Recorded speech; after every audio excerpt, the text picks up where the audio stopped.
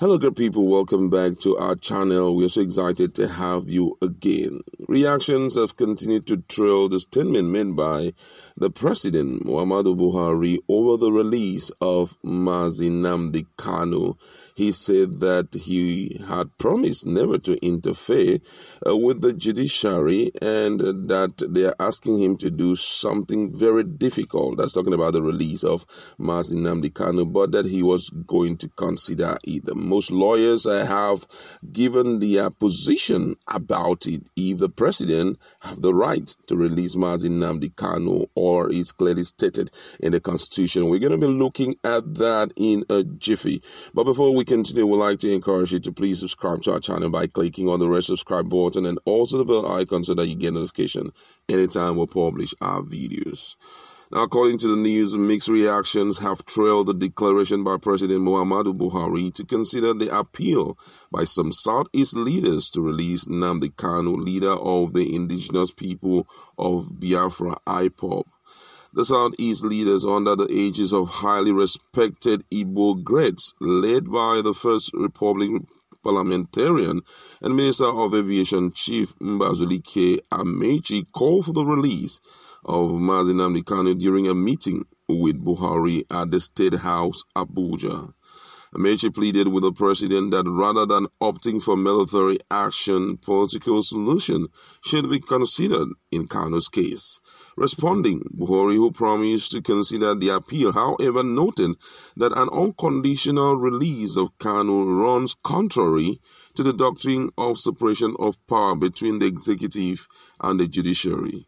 The president also stressed his policy of non-interference with the judiciary. However, a constitutional lawyer, Maduebuchi Idam, countered the president's stance that he would be interfering with the judiciary if he orders Kanu's release.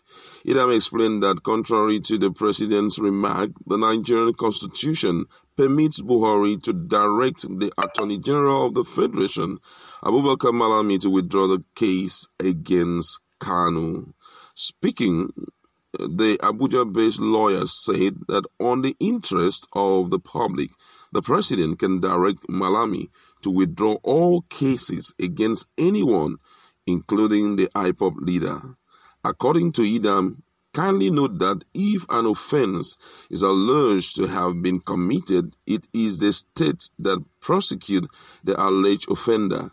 In this context, the state is the president, or is the presidency, and that is why it is the office of the Attorney General of the Federation that prosecute Mr. Nnamdi Kanu and those of his members on behalf of the federal government.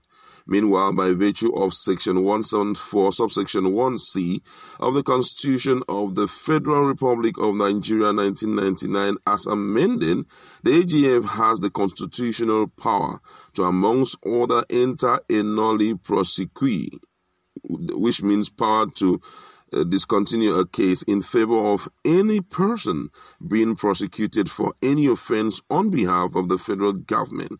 Similarly, the power is also available to the AG of the state with respect to state offenses. See Section 211 of the Constitution. In the light of the above, the President of Nigeria, in the interest of the public, can direct the AGF to withdraw any case that is instituted against anyone on behalf of the federal government. By the operation of the said provision of the Constitution, the AGF has the device to personally or through an officer in his office walk into the court when Mr. Kanu is undergoing prosecution and apply to withdraw the charges against him and his members, and the court has no power under the Constitution or any law to refuse the application or demand the AGF to give an explanation for that.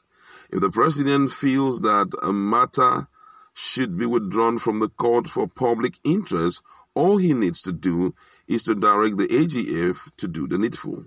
I must say that I commend the courage of Mr. President for the first time, at least, for saying that he will consider the request to release the IPOB leader, Mr. Nnamdi Kanu, and his members. Idam's remark was, however, countered by a northern socio-political activist, Yaro Abdullahi, who warned on the dangers of releasing Kanu.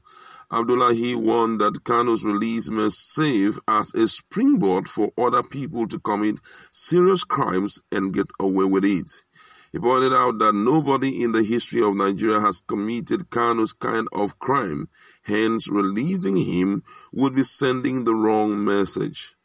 According to him, he said, how do you start considering the release of a criminal like Kanu who ordered killing of people? Because of his criminal style of agitation, the Southeast is no longer peaceful. Releasing him would be sending the wrong signal that people can just do anything and get away with it. This is my view. The president should allow the judiciary to do their work and not listen to all those appeal. If the court finds him guilty, he should face the music, and if it's the other way around, he should be released. The president, while considering, should also note that damage Kanu is capable of doing if set free. I read that again. It said, the president, while considering, should also note the damage Kanu is capable of doing if set free. I knew that this issue was going to generate a lot of controversy from the South, between the South and the North. You know, most people are not happy about the issue of secession, and they believe that anyone who is trying to break the country must be brought to book and must be treated as, a criminal, while the South here is trying to see how they can bring in peace by releasing Nnamdi Kanu. And I feel that right now, those suggestions will be coming from different quarters, because I believe that after the meeting with the elder statesmen from the Southeast, there's going to be a lot of meetings, and possibly the president will be talking to different people to see the different views to the situation on ground. And most of the people I believe he will be talking to mostly will be the Northerners, and most of them will not be happy if Nnamdi Kanu is released.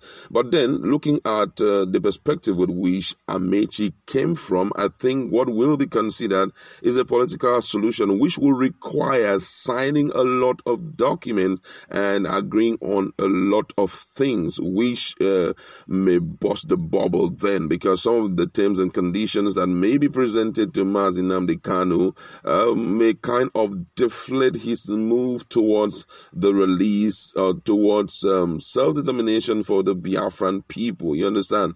And he may go an extra mile to play down on all his effort, to give a republic to Biafran people. So that is going to be a serious issue. But then, looking at the perspective where the lawyers are coming from, let's sit back to see what in the few days ahead of us before the 19th and 20th of January 2022, where another trial will be sitting in Abuja on the issue of Nnamdi Kanu. Let's watch to see what the president will do, as he had already promised that he's going to look into the case. I'd like to leave it there. What's your position on the release of Nnamdi Kanu? Do you think that if he is released, the Northerners may not find it funny? Or do you think that the whole world, possibly the whole Nigeria, is okay to see him being released? Let's go to our comment section